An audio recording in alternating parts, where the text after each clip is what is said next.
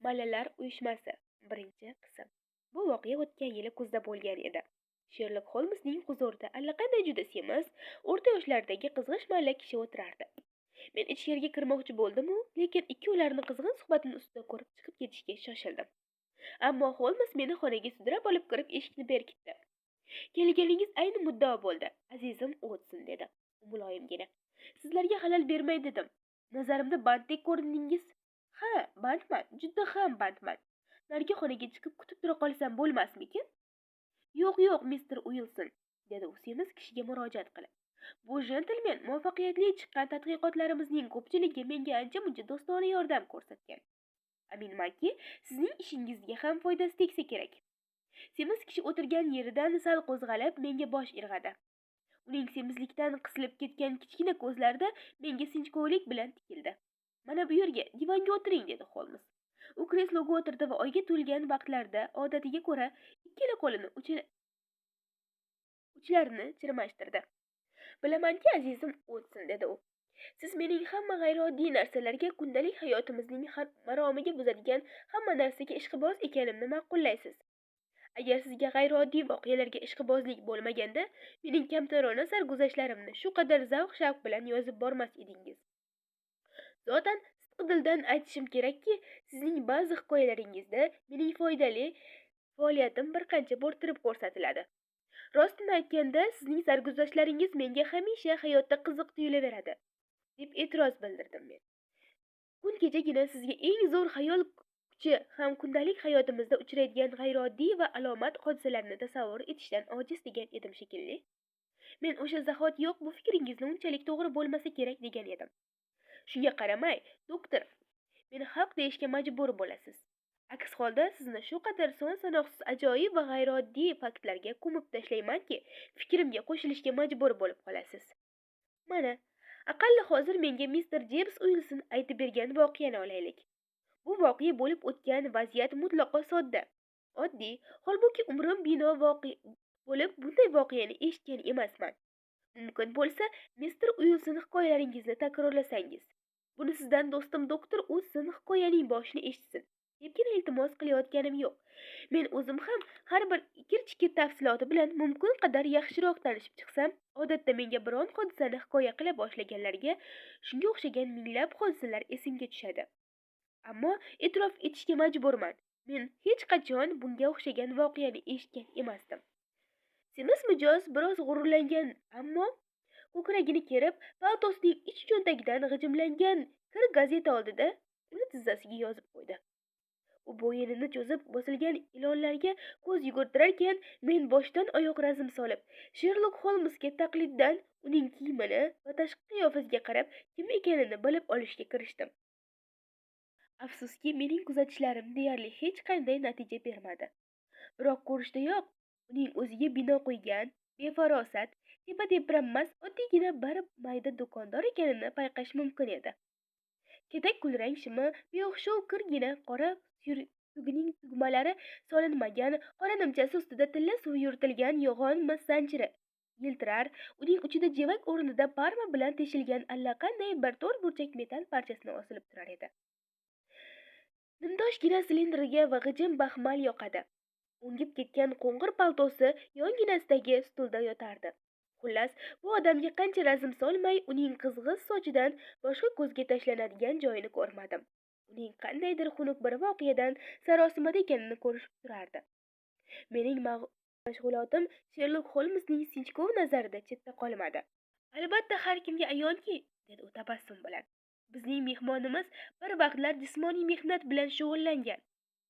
Burunaki frankmasonlardan Xitoyda bo'lgan so'nggi oylardan ko'p xat yozishga to'g'ri kelgan. Bu ayon oshkor faktlardan boshqa hech narsani payqa olmadim. O'ylab ko'ringchi, Sherlok Holmes mister Uilson haqida ma'lumotlarni qayerdan aniqladi? Mister James Uilson kreslodan sapchib turdi va shahodat barmog'ini gazetadan olmay oshnamga tikilib qoldi. Siz bularning hammasini qanday qilib bilib oldingiz, mister Holmes? Deb so'radi u. Masalan, siz mening jismoniy mehnat bilan shug'ullanganimni qayoqdan bilasiz? Ha, darhaqiqat, men o'z faoliyatimni kemaso'z duradgorlikda boshlaganman. Buni qo'llaringiz aytib turibdi, muhtaram ser. O'ng qo'lingiz chap qo'lingizdan kattaroq. Siz shu qo'lingiz bilan ishlaganingiz uchun uning mushaklari baquvvatroq bo'lib qolgan. Burnaki iskashimni-chi? Frankmasonligimni-chi? Frankmasonligingizni payqash qiyin emas. Chunki siz jamiyatingizda qat'iy nizomga amal qilmay, yarim doira va doira tasviri bor ilgakli tugma taqib yuribsiz. Ha, bu esimga ham kelmabdi. Ko'p yozishga to'g'ri kelganini qanday payqadingiz? Yiltirib ketgan o'ng yengingiz bilan chap yengingizni tirsagi atrofdagi taqir bo'lib qolgan movut yana nimadan guvohlik bera olishi mumkin? Xitoyda bo'lganimda-chi? O'ng bilagingizni ko'rinib turgan baliqcha tasviri Xitoydagi na chekilgan bo'lishi mumkin. Men tatuirovkalarni o'rganganman. Ular haqida hatto maqolalar yozganman. Baliq tangachalarini nafis pushti rang bilan bo'yash odati faqat Xitoygina xos. Soatingizning zanjiridagi Xitoy tangasini ko'rganimdan so'ng Xitoyda bo'lganingizga uzil-kesil qanoat hosil qildim. Mr. Jebs Uilson qahqahlab kulib yubordi. Shunaqa deng, dedi u. Men avvaliga siz bularni allaqanday alomat yo'llar bilan topasiz shekilli deb o'ylagan edim. Endi bilsam, osongina topayotgan ekansiz. Fikrimcha, Watson, bunday xulosaga qanday yo'l bilan kelganimni tushuntirib xato qildim shekilli, dedi Holmes. O'zingizga ma'lumki, Omni ignotum pro magnifico. Agar menga rostgo'y bo'lsam, tarona shuhratimga putur yetadiganga o'xshaydi. Ilonni topdingizmi, Mr. Uilson? Topdim, deb javob berdi u yo'g'on qizil barmog'ini gazeta ustining o'rtasiga nuqib turarkan. Hamma ish shundan boshlandi. O'zingiz o'qib ko'ring, ser. Men gazetani o'qib bo'ldim. Jin ursin, bu nima degani o'zi? Deb yubordim men ham. Shu g'alati e'lonni ikkinchi bor o'qib chiqarkanman. Holmes sasingizga kuldi-da, kresloda o'tirgan joyida ujunak bo'lib oldi. Bu uning rosa huzur qilayotganidan dalolat beruvchi edi. Chakana e'lon emasa, nima deysiz, dedi u. Xo'sh, Mr. Uilson, hikoyangizni davom ettirib, o'zingiz haqingizda, uyingiz haqida, bu e'lon sizning hayotingizda qanday rol o'ynagani haqida gapirib bering. Siz esa doktor, mumkin bo'lsa, bu qaysi gazeta ekanini, qachon chiqqanini yozib qo'ysangiz. Ertalabki xronika, 1890-yil 27-apreldagi soni. Ro'ppa rosa 2 oy burun chiqqan ekan. Juda soz, davom ettiring, Mr. Uilson. Ilgari aytganimdek, Mr. Sherlock Holmes, dedi Jebs Uilson peshonasini artib. Silta yaqinidagi Saks-Coburg skverda kichkinagina o'rakkassam bor.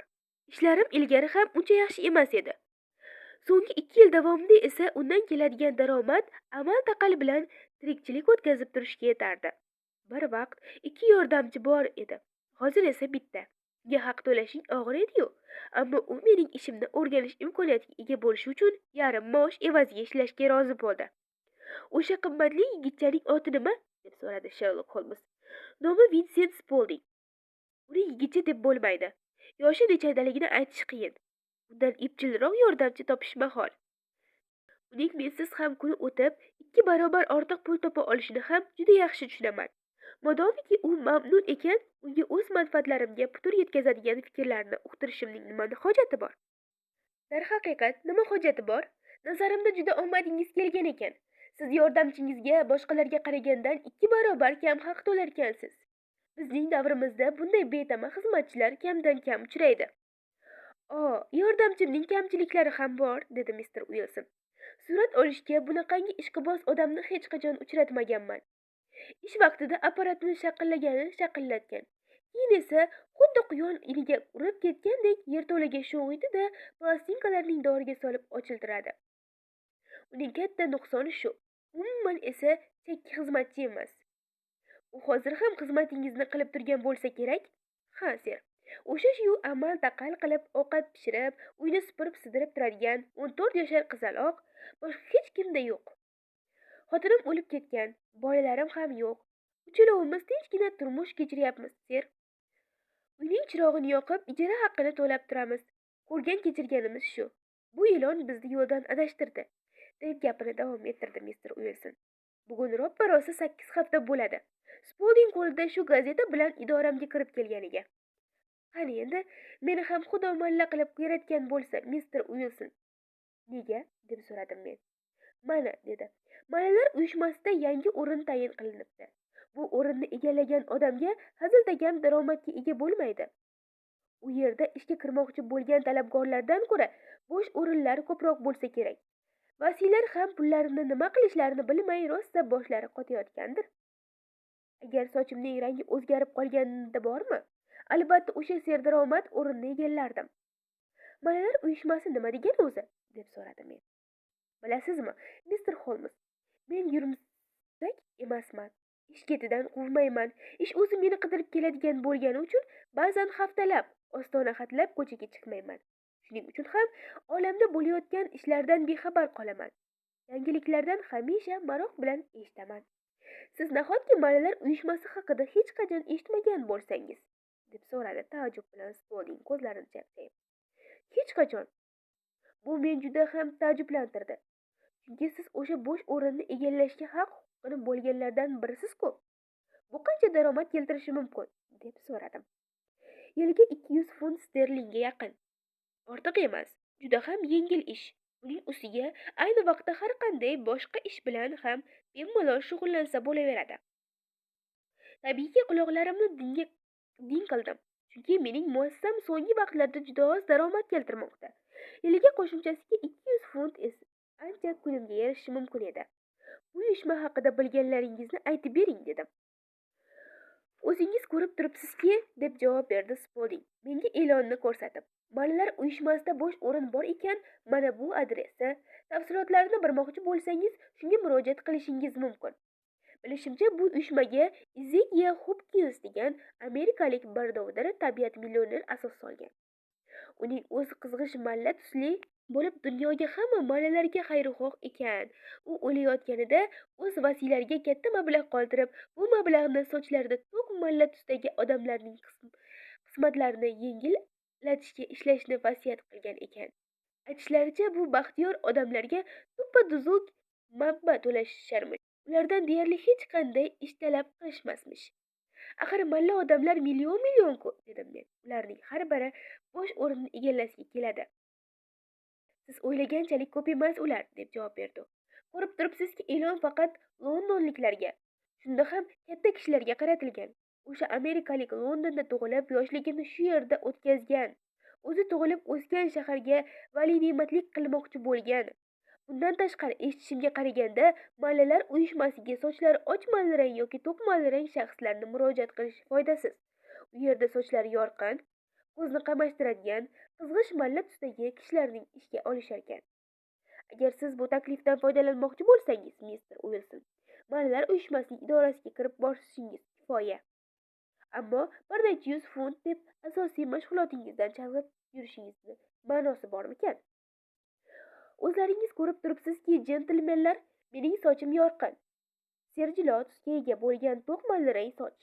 Mallalar raqobat qilib qolganlarida ham baribir men bu bosh o'rinni egallasam kerak, deb o'ylagan edim. Vincent Spolding bu ishdan har tomonlama xabardor bo'lgani uchun menga katta yordam berishi mumkin edi. Shuning uchun ham darchalarni kengashda yopib, men uyushma binosiga kuzatib borishga buyurdim. U bugun ishdan ozod bo'lganiga juda sevinib ketdi. Biz idorani berkitib, e'londa ko'rsatilgan manzilga qarab jo'nadik. U yerda shunday bir tomchi ko'rindiki, Mr. Holmes bunday tomoshani endi sira ham ko'rolmas kerak. Shimoldan, janubdan, sharqdan, g'arbdan kimki soch sal-pal malla tusli bo'lsa, e'lonni o'qiboq Cityga yopirilib ketaveribdi. Fleet Streetda mallalar tirband bo'lib ketgan. Pops Court esa apelsinfurushning g'altak aravasiga o'xshar edi. Men hech qachon Angliyada shuncha malla bor deb o'ylamagan edim. Bu yerda mallalarning tusdagi har xil turlari bor. Mo'g'ul rang, limon rang, qizg'ish rang, g'isht rang, Irland sidridagi tusdagi, safro tusdagi, loy tusdagi ranglari bor. Ammo Spolding aytganidek, chinakam yorqin, qizg'ish mallarang tusdagi boshlar bu yerda juda oz edi. Shunga qaramay, bu yerda to'plangan olomonni ko'rib, umidim puchga chiqay deb qoldi. Spolding esa bosh kelmadi. Qanday evini qilganini bilmayman-u, u jon jahdi bilan tiqilib meni xaloyiq orasidan olib o'tdi. Biz idora zinapoyasi oldiga yetib bordik. Odamlar turna-qator tizilib zinapoyadan chiqib tushib turar edi. Ba'zilar umid ishtiyoq bilan chiqib borishar, ba'zilar esa ma'yuslik bilan tushib kelishar edi. Biz oldinga yorib o'ta tez orada idoraga kirib bordik. Siz juda qiziq voqeaga duch kelib qolibsiz, dedi Holmes mijozi xotirlab olish uchun bir chimdim burunga iskab indamay qolganda. Marhamat, hikoyangizni davom ettiring. Idorada ikkita yog'och stol bilan oddiygina qarag'ay stol, boshida hech narsa yo'q. Unda mendan ham balandroq kichkina bir odam o'tirardi. U stol oldiga kelgan nomzodlarning har qaysisi bilan bir ikki og'iz so'zlashib, ularning har qaysidan qanday bo'lmasin bir nuqson topardi. Aftidan bo'sh o'rinni egallash uncha oson emas edi. Biroq biz o'z navbatimiz stolga yaqinlashib borar ekanmiz, kichkina odam meni boshqa nomzodlarga qaraganda anchagina xushmuomalaroq qarshi olib, ichkariga kirgan zahotimizni biz bilan xoli gaplashish uchun eshikni ichkaridan berkitib qo'ydi. Bu kishi Mr. Jebs Uilson dedi yordamchim. U uyushmadagi bosh o'rinni egallamoqchi edi. U bu o'ringa juda munosib, deb javob berdi haligi odam. Men ko'pdan beri bunday ajoyib sochni ko'rishga muyassar bo'lmagan edim. U bir qadam orqaga tashlab, boshini bir tomonga qiyshaytirdi-da, sochlarimga shu qadar uzoq tikilib qoldiki, men juda o'ng'aysizlandim. Keyin birdan oldinga tashlanib, qo'llarimga yopishdi-da, qizg'in tabrikladi. Men har dam xayolik qilsam insofdan bo'lmas, dedi u. Biroq ishonamanki, ba'zi ehtiyot choralarini ko'rsam, meni kechirasiz. U ikkala qo'li bilan sochimni changallab, shunday tortdiki, og'riqdan dodlab yubordim. Ko'zlaringizda yosh chiqib ketdi, dedi u sochimni qo'yib yuborib. Demak, hammasi joyida. Kechirasiz. Ehtiyot bo'lmasak bo'lmaydi. Chunki bizni 2 marta park kiyib kelib, yana bir marta sochini bo'yab kelib adashgan. Sizga ba'zilarning shunday vijdonsizlarcha ishlatgan hiylali nayranglarni aytib berishim mumkinki, odamlarga nisbatan nafratingiz oshib ketadi. U deraza oldiga borib, bosh o'rin band qilinganini qichqirib aytdi. Pastdan oh-voh o'kinch sadolar eshitildi. Xaloyiq har tomonga tarqalib ketdi. Tez orada bu atrofda meni yo'llayotgan haligi odam bilan ikkovimizdan boshqa malla qolmadi. Mening otim Mr. Duncan Ross, dedi u. Men ham saxovatli vali ne'matimiz qoldirgan o'sha fonddan nafaqa olaman. Siz uylangan Mr. Uilson, oilangiz bormi? Men befarzand, so'qqabosh odam ekanimni aytdim. Uning chehrasida qayg'u izlari ko'rindi. Yo Rabbiy, dedi u tutinlik bilan. Axir bu juda ham jiddiy to'siq-ku. Afsuslar bo'lsinki, siz uylanmagan ekansiz. Fond mollari boqish uchungina emas, ularning nasl nasabini ko'paytirib tarqatish uchun barpo qilingan edi. Afsus, bo'ydoq ekansizda. Bu so'zlarni eshitganman, tarvuzim qo'ltig'imda tushib ketdi.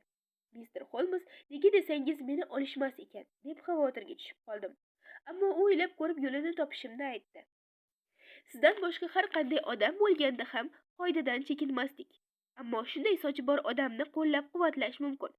Yangi vazifangizni qachondan e'tiboran ado eta boshlashingiz mumkin. Bu biroz mushkulroq, chunki men boshqa bir muassasada bandman, dedim.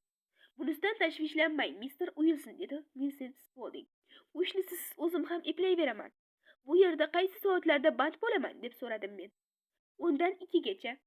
Bunaqqasilarda asosiy ish kechqurunlari, ayniqsa maosh berilish arafasida payshanba, juma kunlari bo'ladi. Shuning uchun uncha-muncha pul ishlasak, chakki emas, degan qarorga keldim. Qolaversa, yordamchim ishonchli odam. Kerak bo'lganda bemalol o'rnimda ishlayveradi. Bu soatlar menga to'g'ri keladi, dedim. Qanday maosh to'laysizlar o'zi? Haftasiga 4 funt. Qiladigan ishim nimadan iborat bo'ladi? Muayyan ishdan iborat bo'ladi. Muayyan ish deganingiz nima? Ish vaqtida siz idoramizda yoki aqalli idoramiz joylashgan binoda bo'lishingiz kerak. Bordi-yu, biron marta ish vaqtida ketib qolarkansiz, bu xizmatdan umrbod mahrum bo'lasiz. Vasiyat qiluvchi ayniqsa shu moddaga qattiq rioya qilishga talab etgan. Agar biron marta ish vaqtida idoramizdan chiqib ketsangiz, talabalarimizni bajarmagan hisoblanasiz. Agar gap kuniga 4 soat vaqt haqida ketayotgan bo'lsa, idoradan chiqib ketishni xayolimga ham keltirmayman, dedim. Shuni bilib qo'yingki, deb takrorladi Mr. Duncan Ross. Biz keyin hech qanday o'tinchlaringizga quloq solmaymiz. Hech qanday kasal, hech qanday ish bahona bo'la olmaydi. Xizmat vaqtida idorada bo'lishingiz shart. Bo'lmasa, xizmatdan ketasiz. Ishim nimadan iborat bo'ladi? Siz Britaniya qomusini ko'chirib yozasiz. Birinchi tomi mana shu shkafda. Siyoh pat qalam, qog'oz bilan bosma qog'ozni o'zingiz olib kelasiz. Biz esa sizga stol bilan stul beramiz. Ertadan ish boshlay olasizmi? Albatta, deb javob berdim. Unday bo'lsa, xayr, Mr. Jebs Uilson. Shunday yaxshi o'rnimni egallashga muvaffaq bo'lganingiz bilan sizni yana bir marta tabriklashga ruxsat eting. U menga bosh silkidi. Xonadan chiqib omadim kelganida quvongancha yordamchim bilan uyga qarab jo'nadim. Men bu hodisa haqida uzoq kun o'yladim. Kechga borib hafsalam pir bo'layozdi, chunki miyamga bu ishlarning hammasi shunchaki bir qalloblik bo'lsa kerak degan fikr keldi. Ammo bu tadbirda maqsad nima ekanini o'ylay bir sira tushuna olmadim. Shunday vasiyatnomaning borligiga Britaniya qomusini ko'chirib yozishga odamlar shu qadar ko'p pul to'lashga rozi ekanlariga aqli bovar qilmasdi. Vinsent Spolding jon dili bilan menga dalda berishga urinardi. Ammo men yotayotganimda bu ishdan voz kechishga qat'iy qaror qildim. Biroq ertalab miyamga har ehtimolga qarshi u yerga bir borib ko'raychi degan fikr keldi. Bir peniga siyohat sotib olib, g'oz pati bilan 7 taxta katta qog'ozni ko'tarib, Popskortga jo'nadim. Taajjubki, u yerda hamma ishlar joyida edi.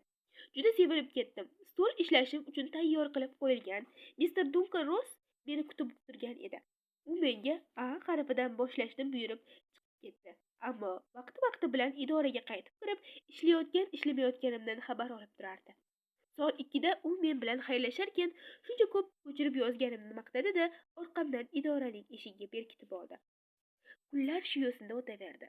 Mr. Holmes shanba kuni xo'jayinim stolga bir haftalik haqqim 4 ta oltin soraverini solib kelib qo'ydi. Ikkinchi haftada ham shunday o'tdi. Uchinchi hafta ham men u yerga har kuni ro'parosi 10da borib, ro'parosi 2da qaytardim. Bora Mr. Duncan Ross idoraga faqat ertalab kiradigan, keyinroq esa mutlaqo kirmaydigan bo'lib qoldi. Shunday qaramay tabiiy men xonadan bir daqiqa ham chiqishga jur'at qila olmasdim. Chunki uning kelmasligiga amin emasdim. Shunday foydali ishdan ajralib qolishdan qo'rqardim ham. 8 hafta o'tdi. Men abbatlar, artilleriya, arxitektura, attika maqolalarini ko'chirib, tez orada B harfiga o'taman deb umid qilgan edim. Ancha-muncha qog'oz sarf qilgan edim. Ko'chirib yozganlarim rafga arang sig'ardi. Ammo ishim birdan adoyi tamom bo'ldi qoldi. Ha, ser. Bugun ertalab odatdagidek soat 10da ishga borsam, eshik qulfloqliq, unga bir parcha karton qoqib qo'yilibdi. Mana o'zingiz o'qib ko'ring. U bizga o'yin daftarchaning bir varag'ida keladigan karton uzatdi. Kartonda quyidagi so'zlar yozilgan edi. Mallalar uyushmasi 1890-yil 9-oktyabrda tarqatib yuborildi. Sherlock Holmes ikkovimiz bu qisqa yozuvga ham, James Uilsning ma'yus qiyofasiga ham uzoq tikilib o'tirdik.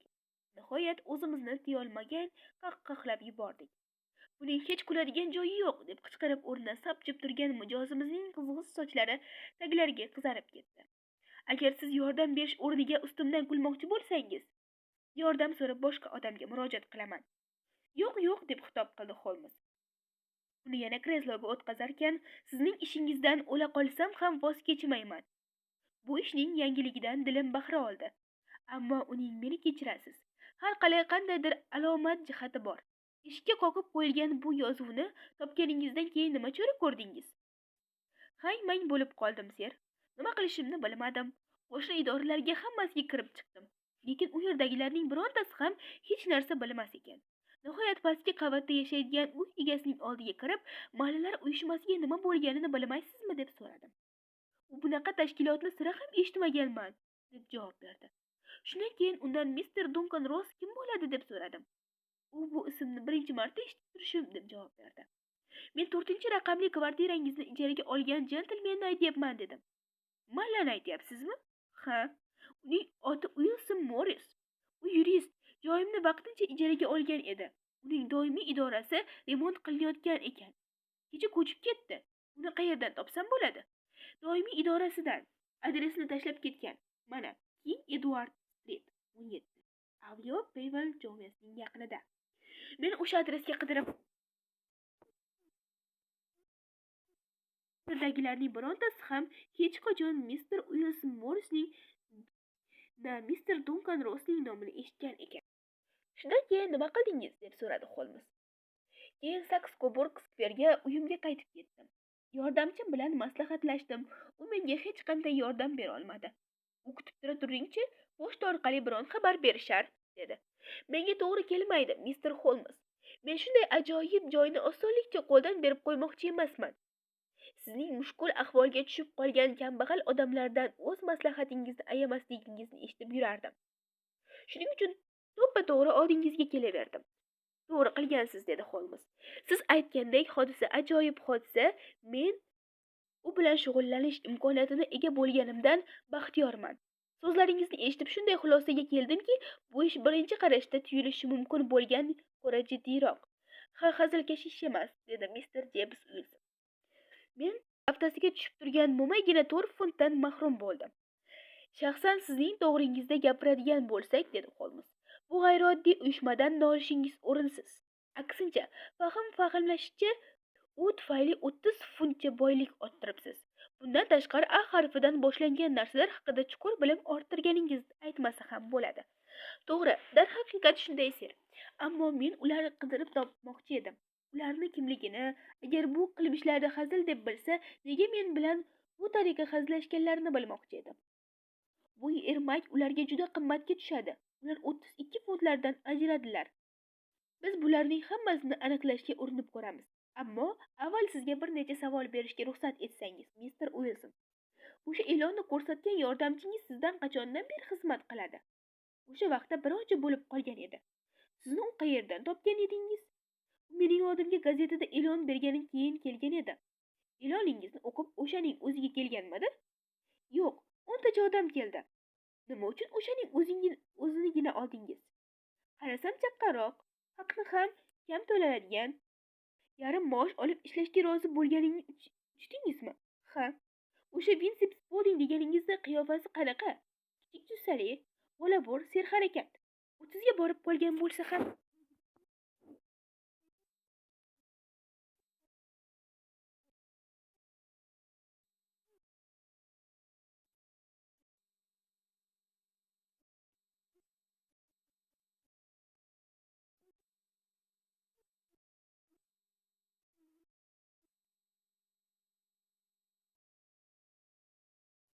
o'y surgancha ko'zni kresloning suyanchig'iga tashladi. U hali ham siznikidami? Ha, albatta, ser. Uni hozirgina ko'rdim. Uyda yo'qligingizda u ishlaringizni durust eplab turadimi? Nolisam bo'lmas, ser. Zotan ertalabdan bo'nak kassamda deyarli hech qanday ish bo'lmaydi. Bas, Mr. Wilson. 1-2 kundan keyin bu voqea to'g'risida fikrimni sizga bajonidil xabar qilaman. Bugun shanba. Umid qilamanki, dushanba kuni biz hamma gapdan voqif bo'lsak kerak.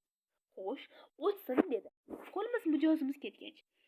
Siz bularni nima deb o'ylaysiz?